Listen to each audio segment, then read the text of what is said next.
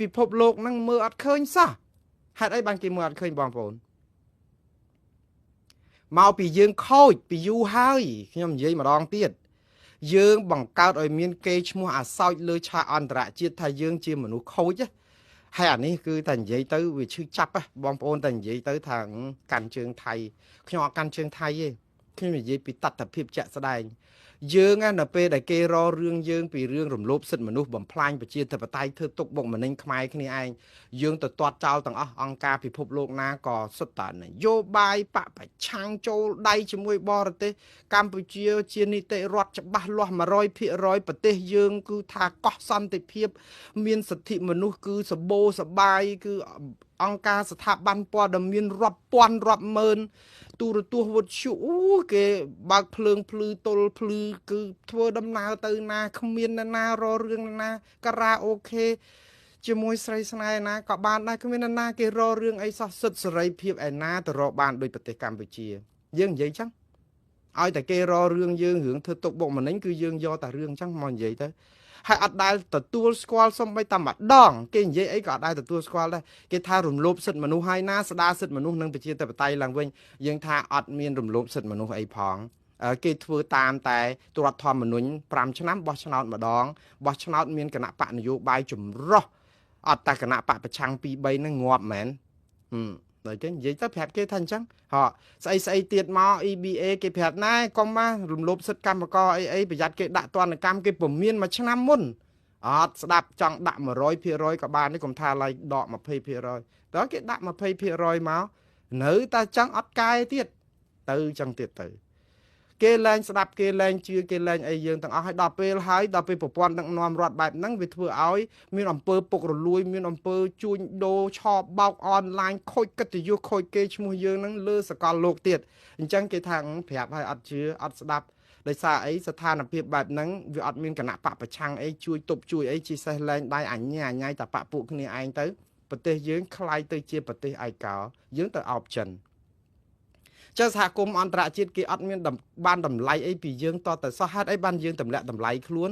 គេចាយលុយអស់ $2000 លានយកអ៊ុនតាក់មកដើម្បីរៀបចំការបោះឆ្នោតឲ្យមានកិច្ចព្រមព្រៀងសន្តិភាពទីក្រុងប៉ារីសគេសង្ឃឹម 100% ថាកម្ពុជានឹងបានស្ដារសិទ្ធិមនុស្សនិងប្រជាធិបតេយ្យឲ្យប្រជាពលរដ្ឋមានសេរីភាពឈប់ជួបអាចទូរភិក្សឬក៏គ្រោះរំលោភសិទ្ធិមនុស្សព្រោះឆ្អែតហើយសង្គ្រាមរាប់ឆ្នាំហើយយើងចាប់ផ្ដើមច្បោលយើងធ្វើបានល្អដល់ឆ្នាំ2017មលាយគណៈបកសង្គ្រោះជាតិចោលមលាយខ្ទេចខ្ទីដេញអង្គការសង្គមស៊ីវិលដេញកសែតដេញអីចោលទាំងអស់ចាប់អ្នកដាក់គុកណានិយាយអីក៏ជាប់គុកដែរ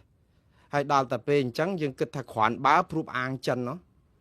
ហើយសហគមន៍អន្តរជាតិគេកាន់តែឆ្ងាយទៅគេចេះអាសូរដែរថាចុះហេតុអីបានខ្មែរយើងទៅជាអញ្ចឹងគេខំជួយលុយគេខំជួយអីទំនុកបំរុងយើងសពបែបយ៉ាងដើម្បីឲ្យយើងមានភាពខៃរែងមានប្រជាធិបតេយ្យមានអីអង្គគេទៅអភិវឌ្ឍប្រទេសជាតិឲ្យរឿងគ្រាន់បើដល់ពេលហើយយើងបំផ្លាញវាចោលអស់យើងបាត់សេចក្តីទុកចិត្តអានឹងគឺយើងកំពុងតែធ្វើអញ្ចឹងបានតែថាយើងពិបាកហើយខ្ញុំចិត្តថាយើងត្រូវធ្វើឲ្យយើងខ្លាំងឡើងវិញបងប្អូននៅក្នុងនាមជាជាតិសាសន៍យើងកុំមើលរំលងណាតិចតួចហ្នឹងជួនកាលយើងដើម្បីបំផ្លាញខ្មែរគ្នាឯងយើងឃើញថាធ្វើបានប៉ុន្តែដល់តែពេលយើងត្រូវការពឹងអ្នកដទៃបរទេសឲ្យជួយបរទេសគេប្រលេះដៃយើងចោលទៀតឯណាអ្នកណាដែលស្រឡាញ់ខ្មែរជាងខ្មែរឥឡូវយើងស្រែករកខ្មែរគ្នាឯងមកជួយសតតែជនរងគ្រោះទាំងអស់យើងត្រូវការពឹងឲ្យគ្នាជួយមកកម្លាំងរួមគ្នាសតតែជនរងគ្រោះទាំងអស់ជាប់គុកចង់ជាប់ពិបាករត់ចោលស្រុកចង់អស់ទៀតហើយម៉ោងហ្នឹងហើយអត់ទាន់មានការផ្សះផ្សាជាតិទៀតអាហ្នឹងហើយដែលខ្ញុំនិយាយថាចំណុចដែលវាពិបាកប៉ុន្តែបងប្អូនមិនទាន់ហួសពេលទេយើងនៅតែព្រោះថៃនេះណាអត់ចិញ្ចឹមចិត្តឆ្លៀនពៀនខ្មែរទេយើងរស់នៅជាមួយប្រទេសថៃនេះយើងនឹងរស់នៅក្នុងស្ថានភាពបែបនេះមួយជីវិតរបស់បងប្អូនទាំងអស់ទៀតក៏ប៉ុន្តែកុំសួរថាតើមានយុត្តិធម៌ទេពីថៃយើងត្រូវសួរខ្លួនឯងវិញថាតើយើងអាចរកយុត្តិធម៌សម្រាប់ជាតិសាសន៍យើងបានដោយរបៀបណាដើម្បីទប់ភាពអយុត្តិធម៌របស់ថៃនិងសហគមន៍អន្តរជាតិ